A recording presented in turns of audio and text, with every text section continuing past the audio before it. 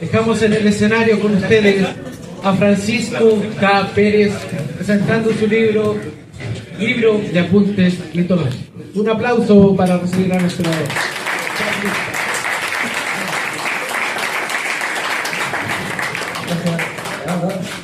Muchas gracias, Efraín.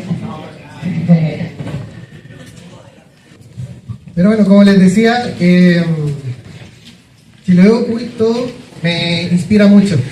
Hablar con mis colegas, compartir investigaciones, las presentaciones que han estado durante todo el día han sido increíbles.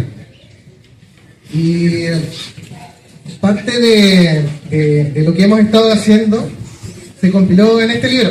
De hecho, creo que es el libro más extenso que he podido escribir de momento. Y es un compilado de un montón de anécdotas. Y esto no lo vengo haciendo como recién. Esto es un trabajo largo que ya estoy haciéndolo como desde el 2016, más o menos. Estos son los libros de mitología anteriores al que estoy presentando ahora, el Chiloé Profundo. Y siento que han sido como continuaciones en sí mismos. Así que este sería ya el cuarto. El libro que culmina un poco la investigación mitológica, al menos en la primera parte, sería el Chiloé Misterioso. El acercamiento del Chiloé Misterioso igual fue divertido, porque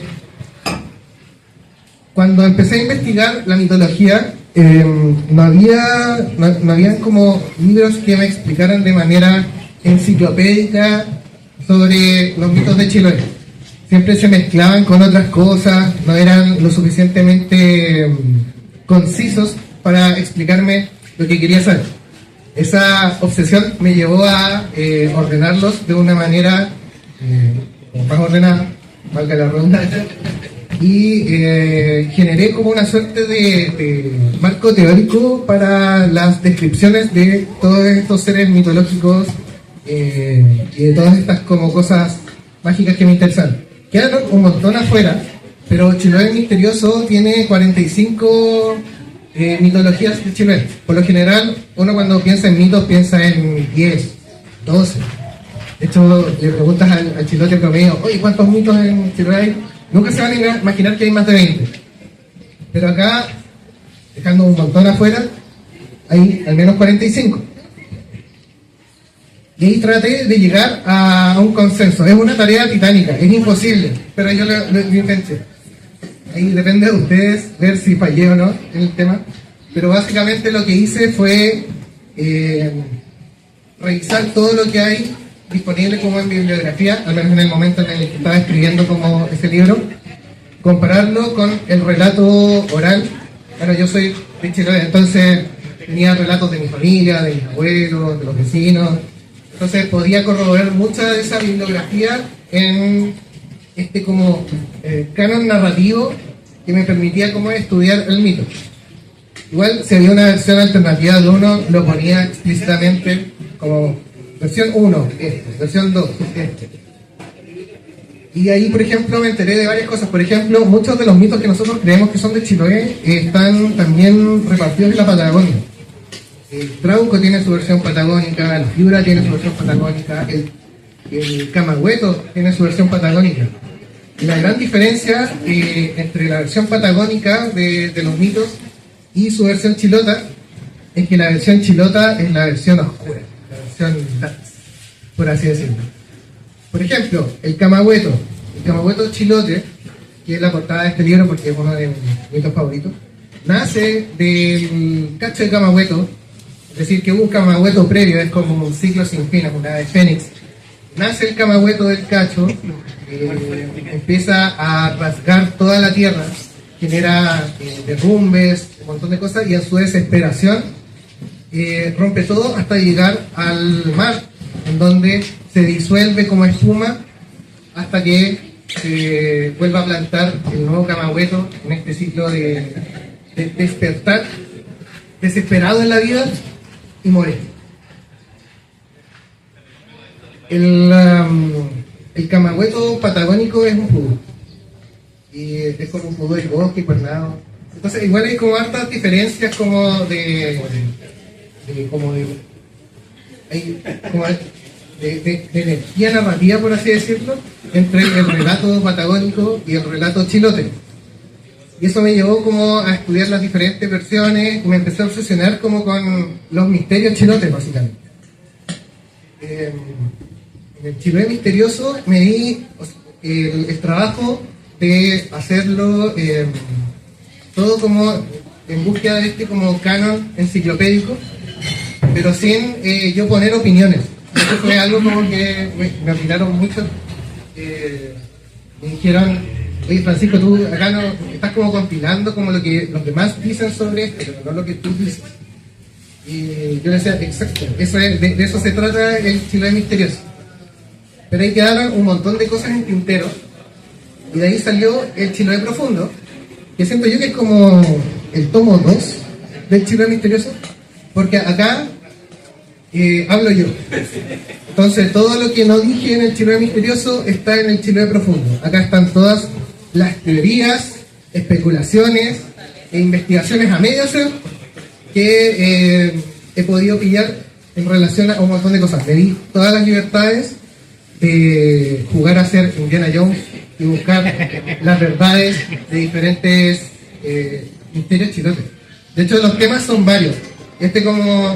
Como dice el título, son apuntes de mitología, es decir, son pequeñas reflexiones que hice en torno a un misterio.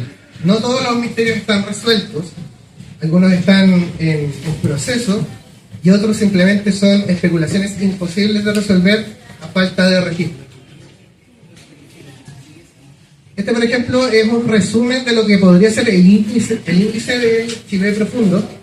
Aquí puse apuntes del Caleuche, apuntes de la Serena Chilota, que fue lo que vimos el día en la mañana con Kilda. Apuntes de Caicay y Tentembilú, apuntes del Trauco, mitologías adicionales. Puse todas las mitologías que tenía en el tintero, las menciona ahí en el Chiloé profundo. Estatuas misteriosas de Chiloé, animales mágicos de Chiloé. Tenemos un montón de mitología en torno a los animales, no todos son seres crípticos. Algunos son animales derechamente con propiedades mágicas. Apuntes de pájaros mágicos de Chiloé. Específicamente hay mucho pájaro de mal agüero, de buen agüero, de agüero, en general, en Chiloé. Entonces yo lo que hice fue compilar una lista gigante de todo lo mágico que puede hacer un pájaro. De hecho hay hasta pájaros que no existen. Ahí ustedes lo pueden revisar cuando vean el libro. Sobre la ficción e historia de Chilpil y Moraleda. En el caso de Chilpil y Moraleda, sin detenerme tanto acá, es bien bonito porque es un mito y una leyenda al mismo tiempo, dependiendo de qué lado del relato estés como viendo. De hecho, esto pasó porque en el conversar como con mis colegas siempre surgían preguntas y esas preguntas iniciaban uno de los capítulos de mi libro. Y en este caso fue, pero Chilpil y Moraleda es una historia real, es historia. Y yo dije, no, creo que no es historia. Y empezamos a ver qué cosas sí eran historia de este duelo mágico y qué cosas no lo eran. Entonces por eso es leyenda en cuanto a hay personas reales. En este caso Moraleda sería la leyenda, el biógrafo real con una trayectoria, estaba haciendo cosas, pero se decía que hacía este tipo de cosas mágicas. Y Chilpila no tenemos registro de que exista siquiera. Ni siquiera es mencionado en los apuntes de Moraleda. Entonces, cuando estos dos entes se juntan en una sola historia, es un mito y una leyenda al mismo tiempo. Es bien interesante. Puse apuntes del Levisterio, que es como el otro protagonista de esta historia de Chilpil y Moraleda. Estamos en el lugar en donde este suceso se supone que sucedió, donde Moraleda le da el Levisterio, que sería el inicio de la brujería chilota a Chilpila. Y se dice, o sea, sabemos que el Levisterio es real. Ya también sería como una leyenda en este caso, porque varios de los reos del juicio decían que lo habían visto, que algunos lo tenían, apuntaban a ciertos vecinos que lo habían guardado y lo describían. Entonces era un libro real. Es curioso porque muchos de los que estaban ahí enjuiciados decían no saber leer ni escribir. Entonces el Edisterio se volvió una suerte de libro ritualístico, donde veían cosas que no sabemos qué tenía y habían ritos en relación a esas cosas sin saber leer. De hecho, se dice que bueno, no sé si contar la leyenda, estoy asumiendo que ustedes ya la saben. ¿Pero quieren que la cuente? Ya, esto pasó hace mucho tiempo. De hecho, específicamente pasó en 2 años diferentes, sin llegar a consenso.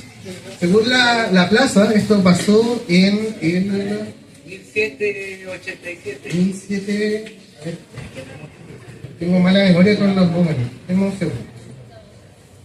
1787, exacto. Según la plaza, esto pasó en 1787, pero según algunos registros también escritos, esto pasó en 1795. Entonces, ya, pues, ¿cuál es el año? Nadie lo sabe. Porque pasó, nadie lo sabe tampoco. El tema está en que llamaron del virreinato a este niño genio llamado José Moraleda, que tenía en ese momento como 27 años, quizá menos, 24, una cosa así, pero era bien joven, estaba en sus 20. Le llamaron al virreinato del Perú, y el virreinato del Perú le dijeron, oye, anda a reforzar y a revisar todas las fortificaciones del archipiélago de Chiloé y hace un mapa. De hecho, él es curioso porque los 2 años de que se dice que se supone que pasó este duelo se parece mucho al año en donde llegó José de Moraleda, y el otro se parece mucho al año en el que se fue José de Moraleda.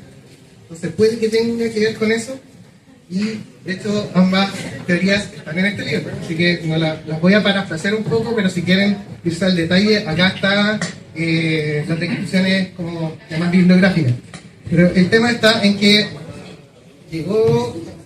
llega Moraleda a Chiloé y le piden hacer un mapa, porque todos los mapas que habían en ese momento eran bien raros. Ninguno se parecía a Chiloé, al Chiloé que conocemos como los mapas actuales.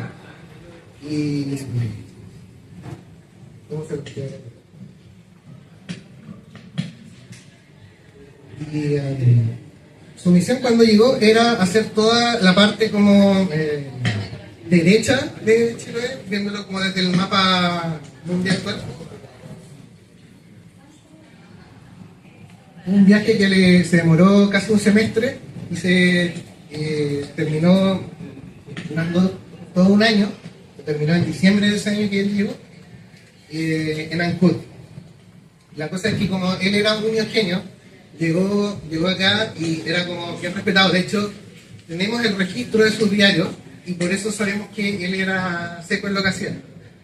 Él pudo armar como en súper poco tiempo como un diagnóstico de todos los fuertes, baterías que habían acá.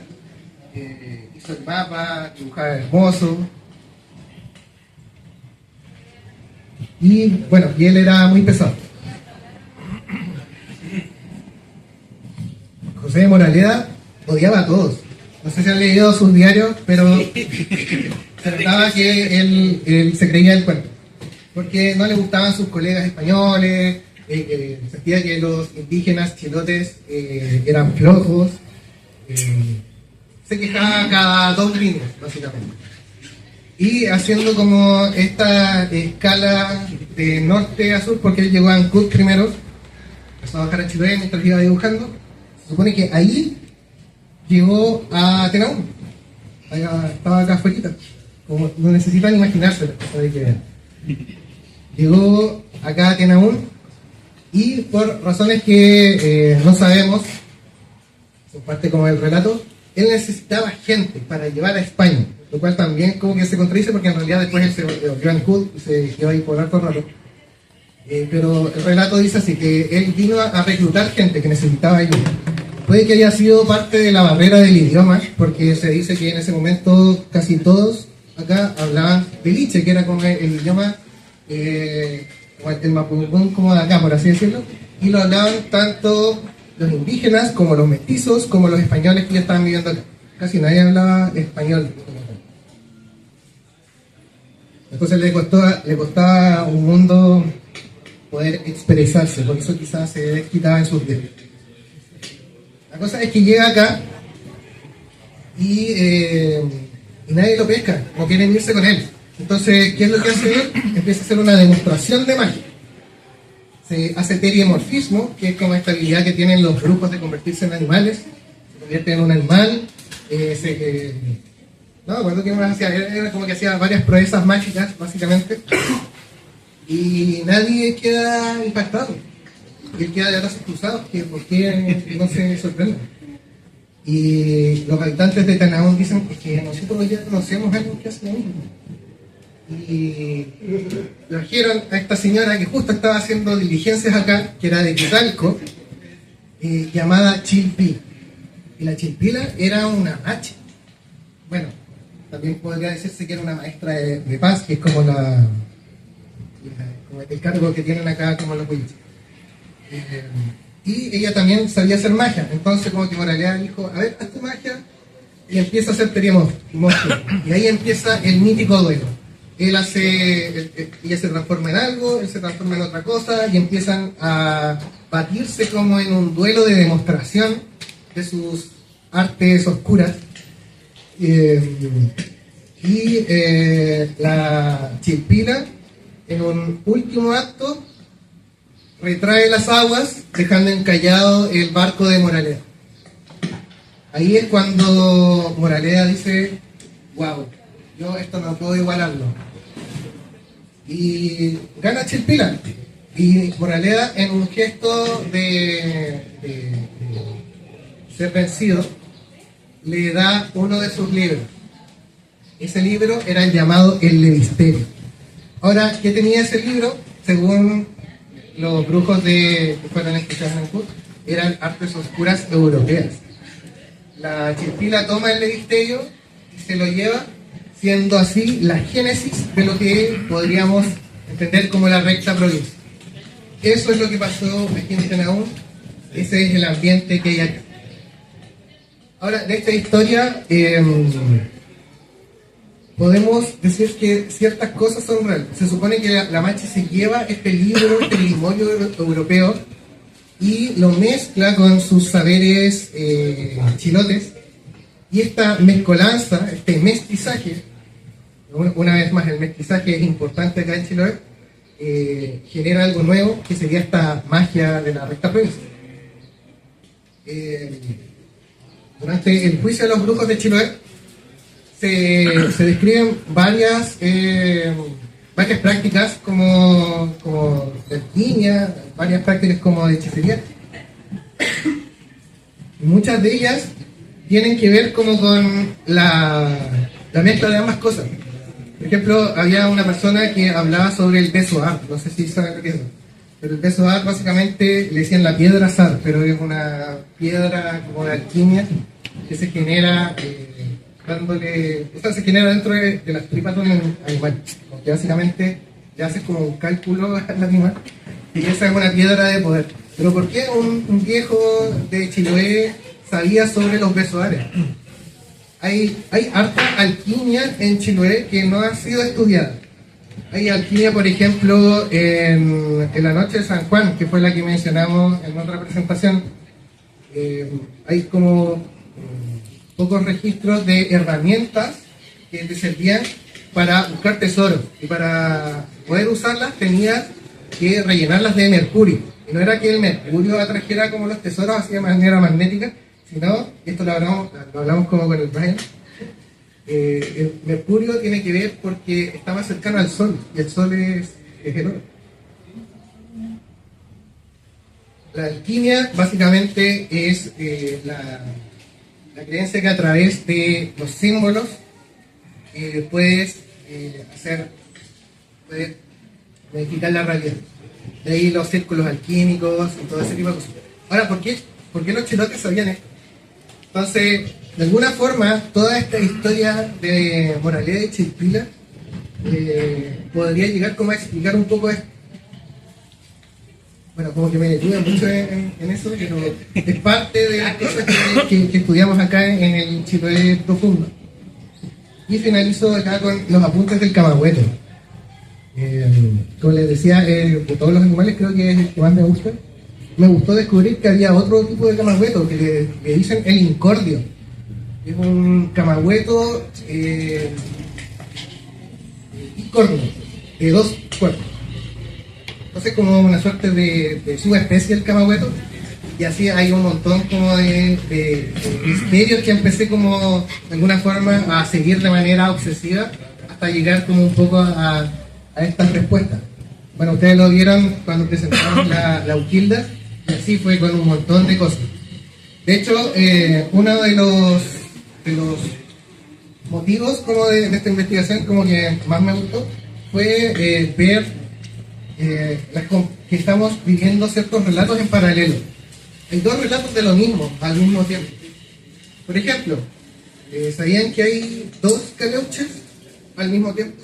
Y no me refiero a la flota de barcos malditos, porque eso ya igual son varios. Hay varios barcos malditos en Chile, no solo el caleuche. Pero me refiero en relato. Igual es interesante, por ejemplo, el caleuche como relato, cuando tu abuelo, tu familiar te dice que vive el caleuche, por lo general es un buque brillante, blanco, lo describen con velas rojas, con música bonita, siempre lo describen así, no sabemos qué género de música es, pero es interpretado como bonito. De hecho hay gente que se tapa los oídos para no escuchar la música porque dicen que es hipnotizante. De hecho, también la gente cuando ve esta narración aparecer por estos canales oscuros, porque estas apariciones son cuando en la noche, cuando el agua está totalmente en penumbra. Es como este barco blanco luminoso lleno de música, tratan las personas de esconderse. Eso es como lo que se repite en casi todos los relatos. Porque si tú ves al caleuche te ve a ti.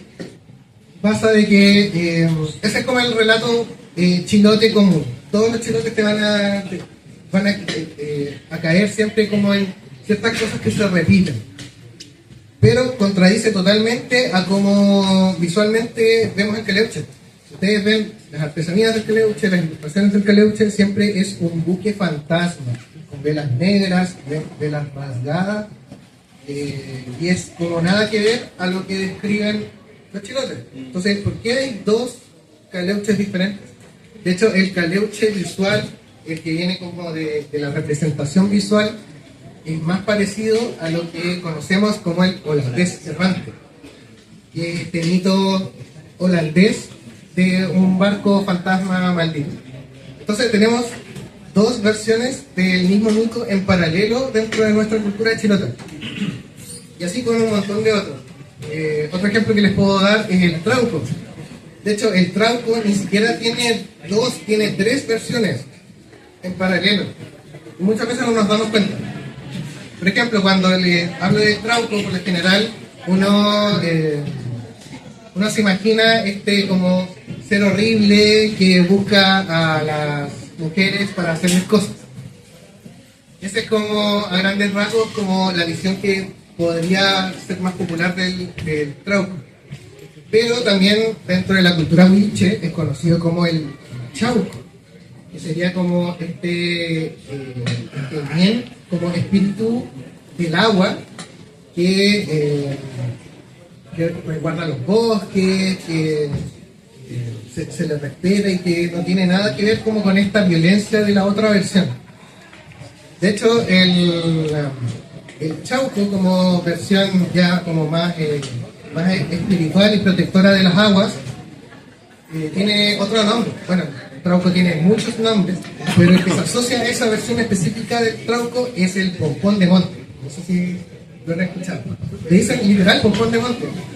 Ustedes saben que el pompón es, son los humedales, las turberas.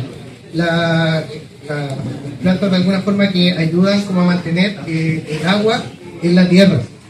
Entonces igual es como interesante porque hay un relato, de hecho creo que lo mencioné cuando estábamos hablando de la Urquilla, hay un relato que dice que el trauco es el hijo primogénito de Calcaya, antes de la Urquilla. Entonces igual es como interesante porque no tendría ningún sentido, excepto si tomas la versión del Chavo, la versión del Pompón de Monte, porque significa que es un guardián de las aguas en la tierra, un poco como lo que decíamos con el Daniel Bernal. Son estos como infiltrados de Caycay Vilú que tienen como agenda dentro de la tierra. Así que bueno, interesante. De hecho, quería mencionar los nombres del trauco porque muchas veces como que no sé bien, pero el trauco es conocido como trauco, chauco, pichuala, huenche, pompón de monte, huello, huelle, hueñe, cusme, torcido, diantres, triacuco o trecauco. Todas esas son versiones en paralelo del trauco. Son muchas. Y muchas veces tienen como características diferentes. Dentro de la investigación pudimos ver de que hay un trauco en Galicia. Le dicen el trasno. El trasno es igual al trauco. Es como en un relato. De hecho, el Brian nos contaba en la noche de San Juan de que hay un dicho que está allá que es hijo de trasno, que es exactamente igual como nosotros nos referimos al hijo de trauco, que serían como estos hijos no reconocidos. Entonces, se podría decir que hubo una suerte de transculturalización ahí, al igual como podemos verlo en el traje del trauco. Ustedes saben que el traje del trauco es de Quineja, con este sombrero cónico, pero ese no es un traje chilote, es un traje de Galicia también. En Galicia hay capas de como de paja, por así decirlo, no es Quineja propiamente tal, sino es como fibras vegetales de allá, pero son pistas de una transculturalización que se hizo. Entonces, no estoy llegando a ninguna conclusión, solamente estoy dando como datos de que muchas veces un mito no es tan superficial como uno podría decirlo, y eso va para todo. El Caleuche podríamos asociarlo con que es el terror holandés, que está asociado como a los holandeses. La Sirena, Caycay, todos tienen como una segunda capa de investigación que podríamos llegar como a sacar como conclusiones igual divertidas. Les quería contar también, por ejemplo, uno de los misterios, esto para mí es una obsesión, es como que fue un hiperfoco que tuve de llegar como a las verdades de ciertos misterios. Como les decía, estoy jugando aquí a Indiana Jones a buscar esto y llevarlo a un museo. Eso para mí es lo ideal. La estatuita de Kemchi, este es uno de los misterios que están acá descritos en el libro, y partió por una sola publicación. Nadie jamás habló de esta publicación y está incluso en internet. Hay un naturalista del 1930 que se llamaba Aurelio Lucer, que de hecho describió como varias plantas. Es reconocido, tiene en su Wikipedia, por así decirlo, es reconocido por haber descrito varias plantas en Chile, como por primera vez. Y él en ese momento era el curador del Museo de Historia Nacional. Y él, junto con otras personas, hacían una revista, en donde hablaban como de diferentes cosas del museo. Y esta revista la publicó en 1932, en donde mostraba esa imagen en específico, la de la izquierda. Y decía, estatuita de Kemchi. Y decía, me llegó esto hace 3 años.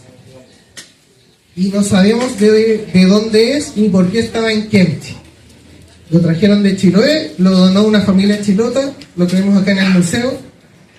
podemos ver de que sus rasgos no son los que podemos reconocer de los pueblos de allá, no se parecen mucho a los mapuches. Es un misterio total. Y lo deja ahí. O sea, igual es más largo, le estoy parafraseándolo, pero básicamente es eso, como que lo deja así como, bueno, algún día sabremos sobre este estado. Y que hoy, y de hecho está como la fotocopia en internet, yo como que leí eso y me obsesioné. Y empecé a hablar con los curadores del Museo de Historia Natural para que me digan dónde está.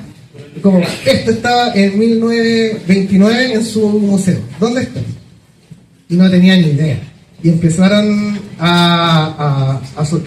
empezamos a mensajear para ver si podíamos dar como con la respuesta. De hecho, después me tiraron la pelota a los del Museo de Arte Precolombino y me decían, no, y estamos trabajando con los del Museo de Historia porque nadie se ha preguntado por esta estatua en muchos años.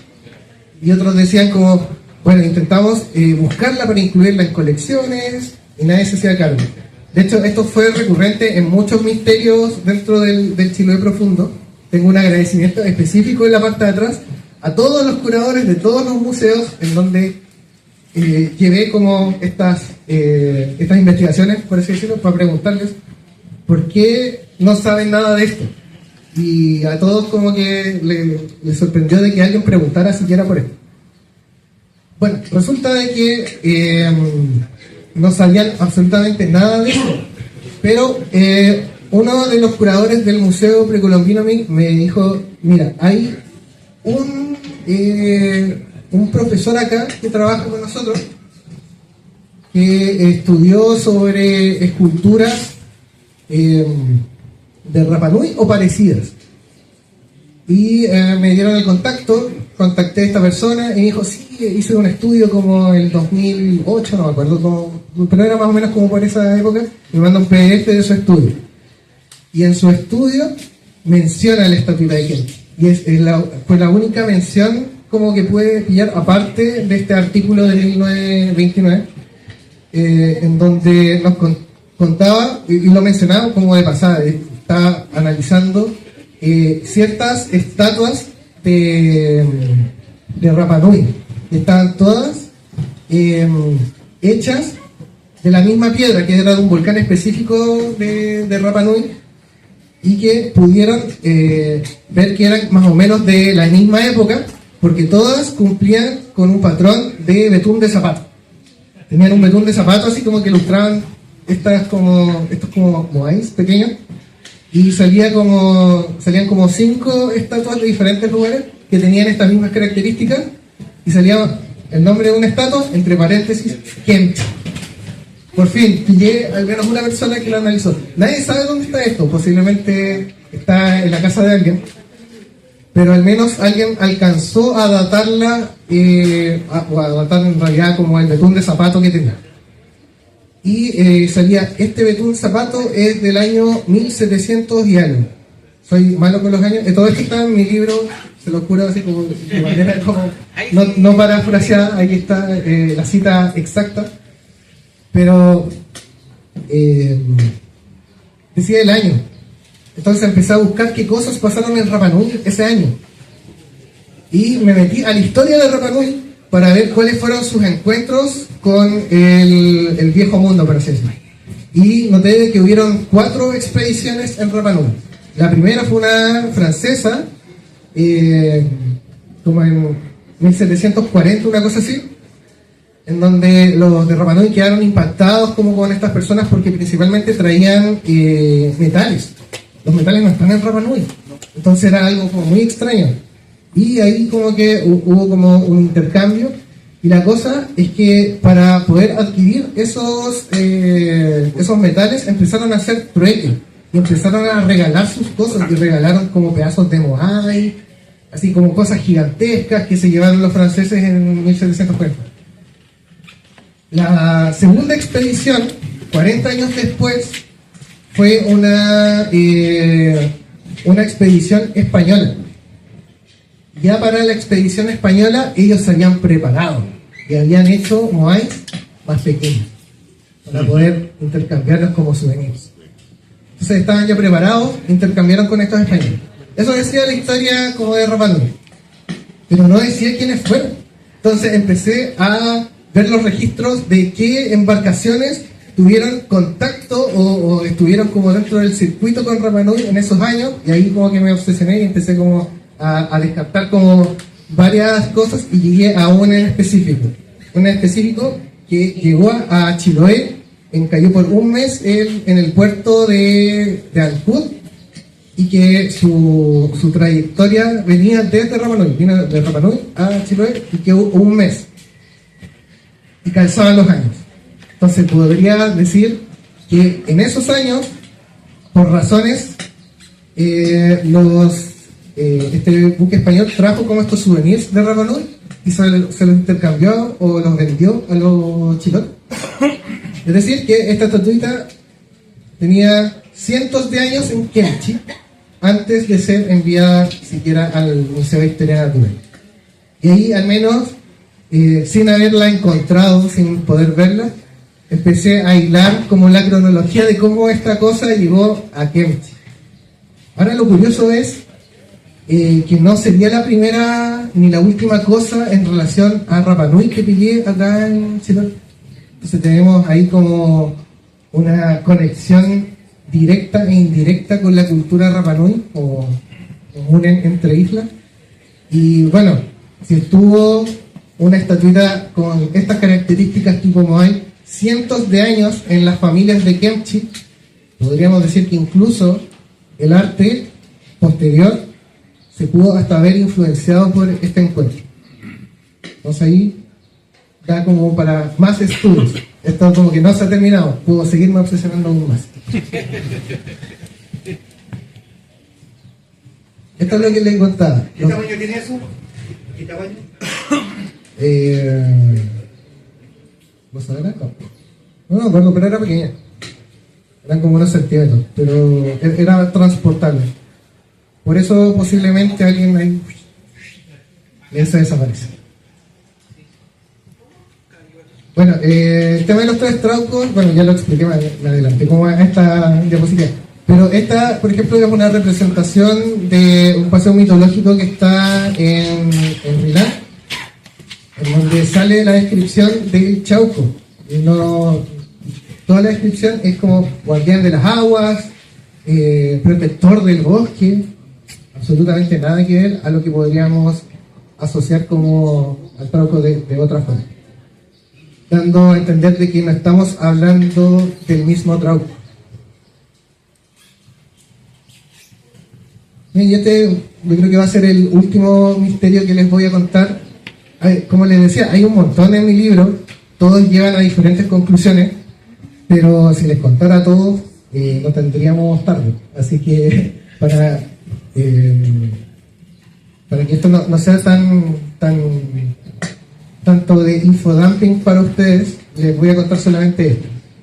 El misterioso mural de Auquilda. Bueno, ya conocen la Auquilda, es la que está allá, es la sirena chilota.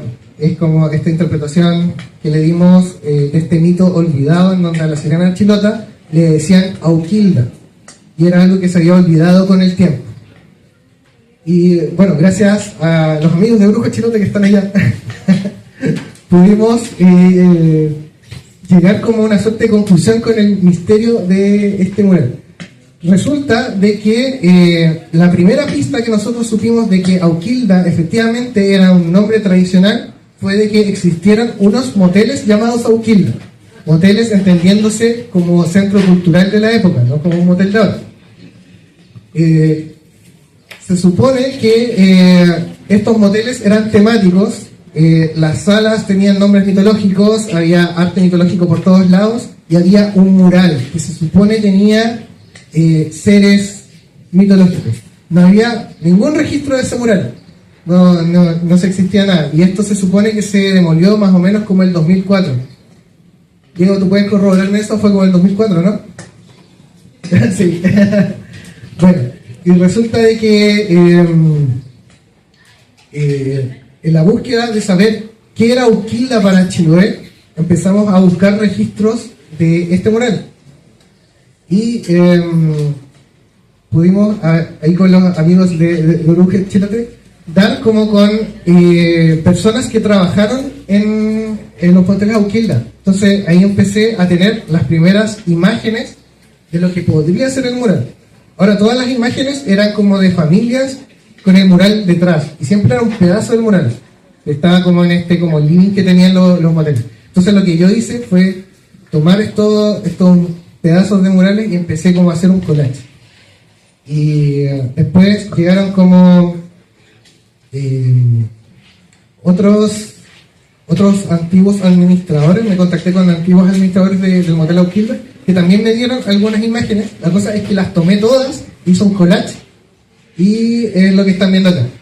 Sé que le faltan como trozos, porque hay como trozos que todavía no entiendo, que están como acá en medio, pero este era como el estilo. Al principio como que quedé medio desilusionado, porque cuando me empezaron a llegar los registros de este mítico mural que nadie sabía que no había registro, caché que era como estilo cubista, era como medio abstracto. Y dije, pucha, no es mitológico como yo pensaba. Pero después lo empezamos a ver, y efectivamente sí tiene figuras mitológicas. No sé si alcanzan a apreciarlo. Acá hay un caleuche, acá hay una estrella, puede ser un flipando, ¿no? Es como una estrella Willich. Y allá está la Auquilda. En esa esquina hay como una silueta de sirena que puede traducirse como a una cola que pasa como para este otro lado. Tienen que tener imaginación, pero está ahí. Y hay como unas siluetas que todavía no sabemos exactamente qué son, pero de que tenía personajes mitológicos. Entonces ya con eso ya tenía una pista. Oye, esto es real. La Auquilda se asocia a una sirena, y este es el primer registro visual. El primer registro visual que tengo de la Auquilda como sirena. Entonces ahí como que pude hacer como la conexión. Y solo faltaba saber quién hizo este mural. Y ahí el misterio se pone más denso. Igual fue divertido como investigarlo. Pasó de que me mostraron un cuadro que se suponía que era del mismo autor de Auquilda, con una firma. Y la firma me decían, según las personas que vieron como el mural en ese momento, este cuadro y este mural son de la misma persona. Y el cuadro sí le podía hacer zoom. Entonces hice zoom y cachamos la firma. Y empecé como a buscar la firma de quién era. Y más o menos se notaba como el nombre. Y el nombre que dio era Bernard Buffet. Fue como Bernard Buffet. Claro, había como toda una historia de que llegó como una persona francesa a hacer este mural, como que se alojó en los moteles y como que ahí hizo el mural. Lo describían como una persona joven, artista, y que se amigó como con los dueños de Auquilda y les regaló como souvenir este cuadro. Por eso como que lo relacionaban como el mural a ese cuadro. Y empecé como a buscar quién era Bernard Buffet, y ahí me enteré de que era considerado como un Picasso. De hecho, era contemporáneo a Picasso y era considerado uno de los mayores autores que tenía esa época como Francia. Entonces, ustedes, creo que no lo dije, pero yo soy también artista visual. Tengo estudios en el tema. Entonces, cuando me enteré de esto, mi corazón de artista visual se rompió, porque significaba que esta conexión podría haber sido una de las pinturas más importantes de Francia de ese siglo, que se asociaba directamente con Chiloé y fue destruida en una demolición. Y nadie jamás la registró. Entonces yo decía, no, esto no puede ser. Busqué quién era Bernard Buffet, era famoso y tenía un museo. Tenía un museo en Shizuoka, en Japón. Y justo tenía una amiga que estaba en Japón, así que empezamos a hacer las cosas. Tenía una corresponsal. Es como, oye, ¿está cerca de tu casa? No, está como a 4 horas, ya, pero tienes que ir. Yo empecé como a intentar buscar como información. Me mensajé con los curadores de ese museo y dijeron, no puedo creer que haya un cuadro, o sea, un mural de Bernard Buffet que nosotros no teníamos registro en Chiloé.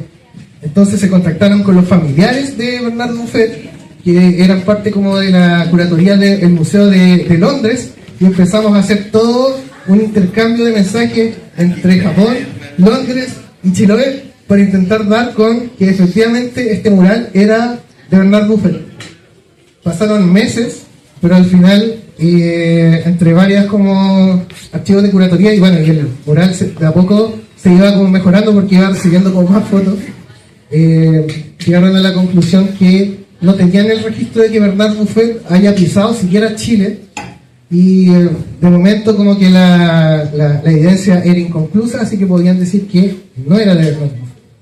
Tipo, no, entonces ¿quién es esta persona? Y después salió otra teoría de que era Henry Uetsúa, que es un pintor acuarelista famoso también chileno que nació en Puerto Montt, así que ya está como más cercano a Chiloé. Contactó a su hija, estuvimos ahí analizando la obra. No era de su papá fallecido. Estuvimos ahí como revisando. Y así empecé como a ver a diferentes personas como para llegar al autor de este mural y por qué se asoció como la Auquilda. Tenía un montón de preguntas.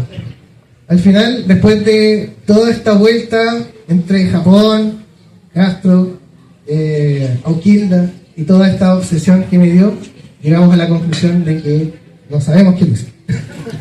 Y a ninguna conclusión de su autoría, pero no es el final, sino que es el viaje. Y estuvimos analizando un montón de cosas y esto me llevó también a empezar a hacer un estudio de la historia del arte mitológico en Chiloé. Entonces ya tengo una nueva obsesión para el siguiente libro y vamos a estar siguiéndole la pista al mural Auquilda y a todos estos misterios chilotes que si nadie los ve, nadie los va a investigar, no le van a importar. Entonces nuestra labor que nos importe como que nos importen estos datos que parecen a veces pequeños, pero se convierten en grandes misterios. Son muchos los misterios en Chiloé y pocos los libros. Muchas gracias.